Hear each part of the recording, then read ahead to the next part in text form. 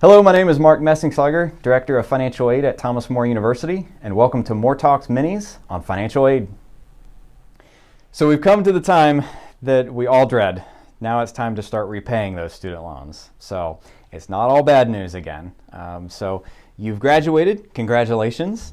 Now it is time to look forward, or maybe not look forward, but it's time to start planning ahead to those student loan repayments. So the good news is with those federal student loans and with most of the private loans, and if you don't know the difference between those, be sure to check out our other video on student loans.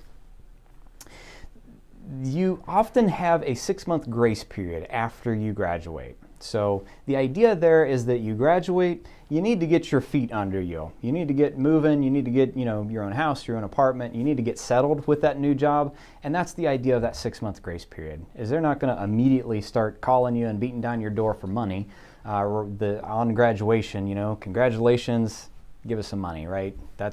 You've already done that with school, right? You've just paid off your final semester and now you immediately have to start paying off your loans. No, they give you 6 months. So typically students will graduate either in May, is when the majority of students graduate, or sometimes in December at the fall semester.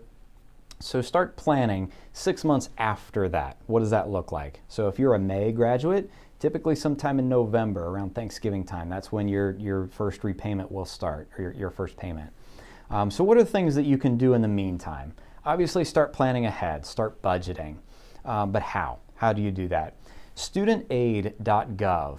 So studentaid.gov is a great website. It's a great resource. They have all kinds of different calculators to where you can play around with. You can actually enter in your income or your projected income if you haven't quite started your job yet.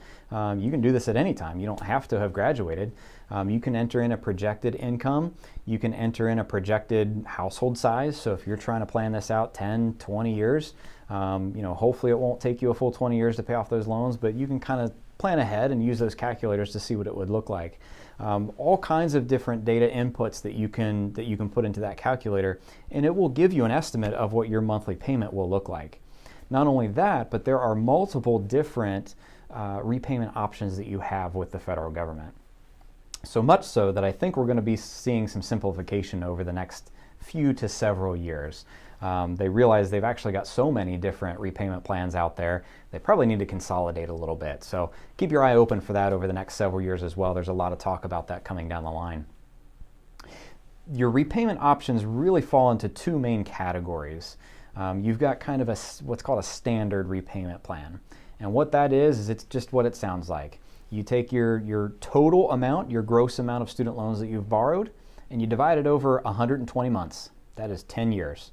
So what will that payment look like? It's the exact same payment for 120 times, and you pay off that loan within 10 years. Pretty standard, right? And that's why it's called that. Now there's some things that can complicate that in terms of whether you have student loans and Parent Plus loans or private loans. Not all of that will be together. So this is only talking about your federal direct student loans that you borrowed to the federal government. If you have private loans, those cannot be included into that federal repayment plan. So keep that in mind, that if you do have private student loans, if you borrowed private loans at any time throughout your college history, you're going to end up needing to set this up twice. You'll have a federal government repayment plan and a private loan repayment plan. Sometimes there's some consolidation options where you can actually combine all of those. You'd have to do it on the private side. There is no option to do that on the federal side, but it's an option. You can take a look at that if that will help you in your budgeting. But keep that in mind. Otherwise, that's the standard repayment plan as it looks at 10 years. Now, of course, you can pay that off sooner if you'd like. The joke is if you could, if we all wish we could win the lottery as soon as we graduate, right? And you pay off your student loan that day and you're done. There is no prepayment penalty, which means that there's no penalty for paying these things off early. So that's what we always recommend is go ahead if you're able, if you're comfortable and you've got it budgeted out, go ahead and knock those things out while you can. So that's the standard repayment plan. I mentioned that there were two general groups that the repayment falls into. The other group is more of an income-based repayment category. So sometimes when you map out that standard repayment plan, sometimes it's a little steep in the beginning, especially if the idea is that, your first job right out of college probably isn't the highest paying job, right? But hopefully over the next 10 to 15 to 20 years, you're increasing in salary. And that's the idea of the income-based repayment plan, is that your payments are lower in the beginning when you first start repayment, and then they gradually get higher as your income increases. So it's the idea is that it's proportional to your income. So those are repayments. Now, it's possible through those payment plans that a $0 payment qualifies as an actual payment.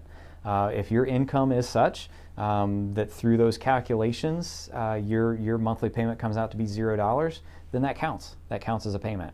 Now, keep in mind what's happening with interest over that time, right? So interest is still accruing on your total loan amount over that amount of time. So you don't want to get used to that, but that is an option, especially if it's taken you a little bit longer than you thought to get that first job out of college, or maybe you had some extra expenses right out of college again, and that 6-month time frame is up to where you need to start repaying. That is an option, that income-based repayment.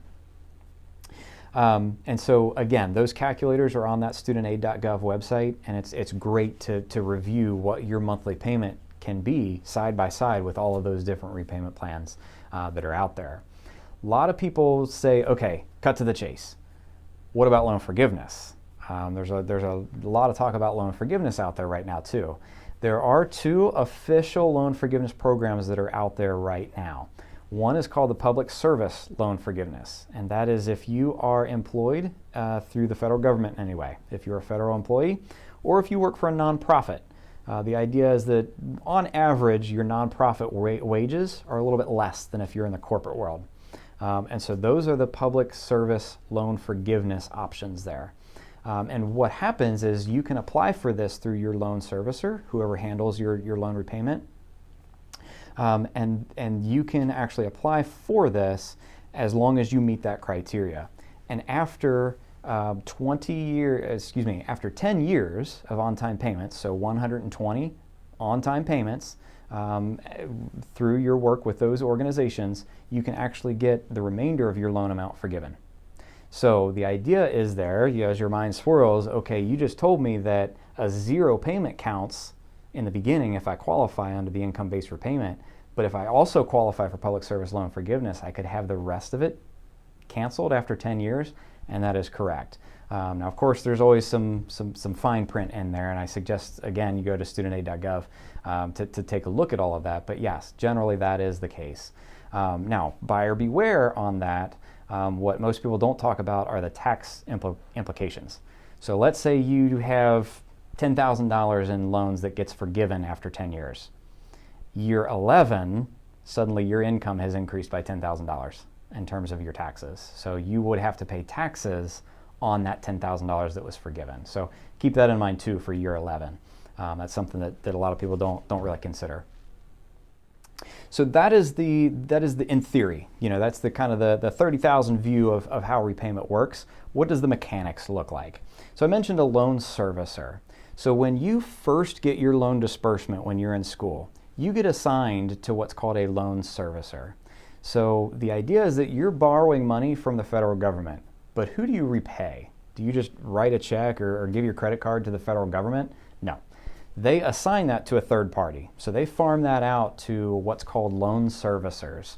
And so you've probably heard of many of them, and you will have been assigned to one of them as soon as your loan was dispersed. If you don't know who that is, I mentioned several times studentaid.gov, that's your answer.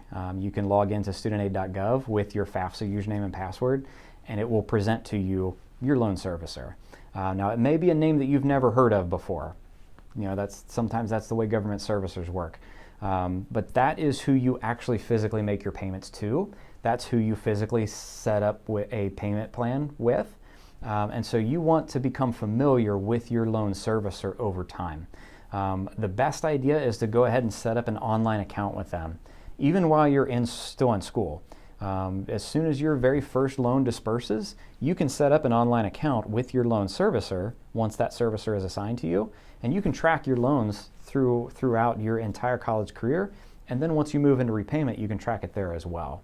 But that's your go-to. that is your contact person or your contact organization when it comes time for loan repayment, or any questions regarding loan repayment, is your loan servicer. Hey, thanks for watching, everybody. If you enjoyed the video or found it helpful, be sure to give us a like or a share and subscribe. And if you have questions, be sure to leave those in the comments, and you might just see that answer pop up in a future video.